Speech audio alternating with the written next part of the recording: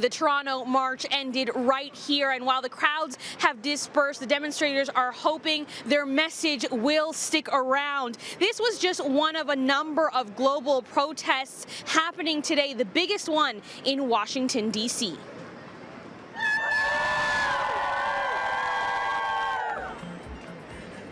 The streets of the U.S. Capitol overflowing with protesters, many of them wearing bright pink hats. Officials estimate at least 500,000 people turned out to the Women's March on the National Mall, more than double the number expected.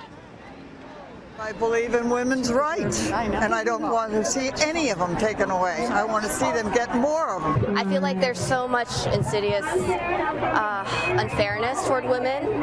It's like this haze that we can't always touch, but it's there and it's obscuring our vision. And I want to lift that haze. And I think this march is going to be so instrumental and helpful in doing that. I just hated the way women were marginalized in this campaign, and it just was not right. Women have been essential in my life and every man's life. No man got here without a woman. The turnout in Washington, D.C. was so large, organizers were unable to lead an actual formal march to the White House because the route itself was completely packed with demonstrators. Marches were held across North America, and here in our own city, there was a massive turnout at a coinciding protest.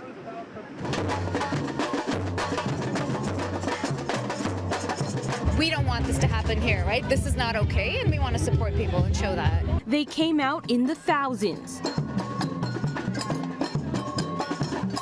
Women, men, and children all standing together in solidarity. This is about women finding our voice, taking up space, and being supported by the people who love us. Protesters filled Queen's Park and city streets, voicing their concerns a day after the U.S. swore in their new president. Yesterday, as I watched the inauguration, I felt that a man that gives no respect is going to get respect for the rest of his life, and I actually started to feel sick. For some, this march is about setting an example for the next generation. It's really important to me that he grow up asking the questions, not just accepting things as they are. Others here fearful that so many hard-fought freedoms could be at stake. 50 million people died in the Second World War. And what was the worth of those lives lost if we don't take an opportunity to support the ideal of equality in our dignity and in our human rights guaranteed by the United Nations.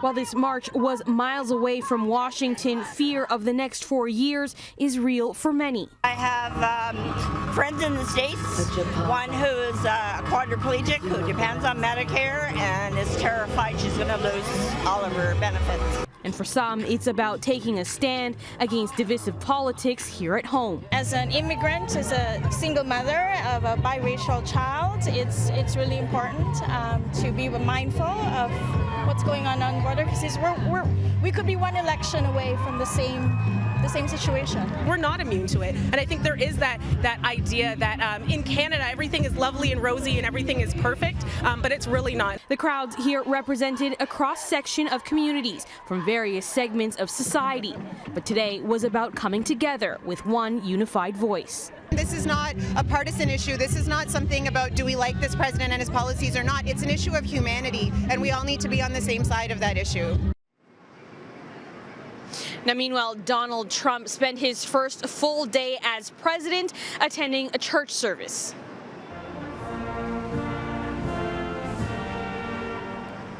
With hand over heart, President Trump, accompanied by First Lady Melania, sang the national anthem. They were joined in the front pew of the Washington National Cathedral by Vice President Mike Pence and his wife, Karen.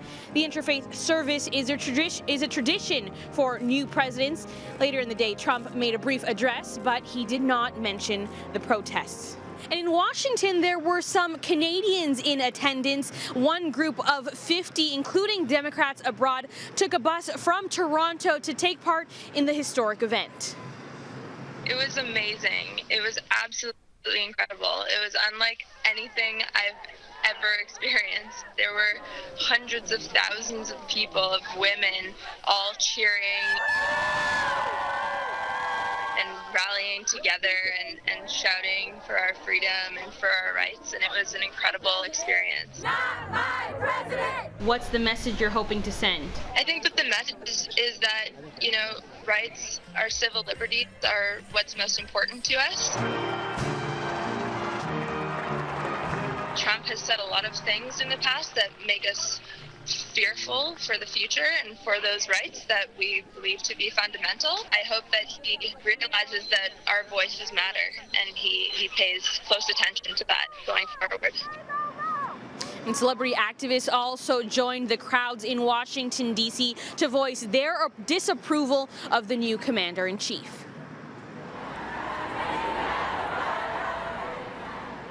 Actress America Ferrera, feminist icon Gloria Steinem, and film director Michael Moore were among a list of high-profile speakers addressing the crowds gathered at the Women's March today. Steinem took aim at Trump's cabinet appointments, suggesting many have conflicts of interest.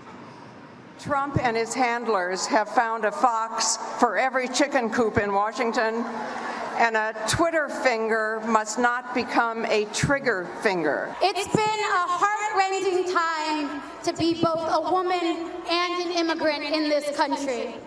Our dignity, our character, our rights have all been under attack, and a platform of hate and division assumed power yesterday. New president vows to end American carnage. Mr. Trump, we are here to vow to end the Trump carnage.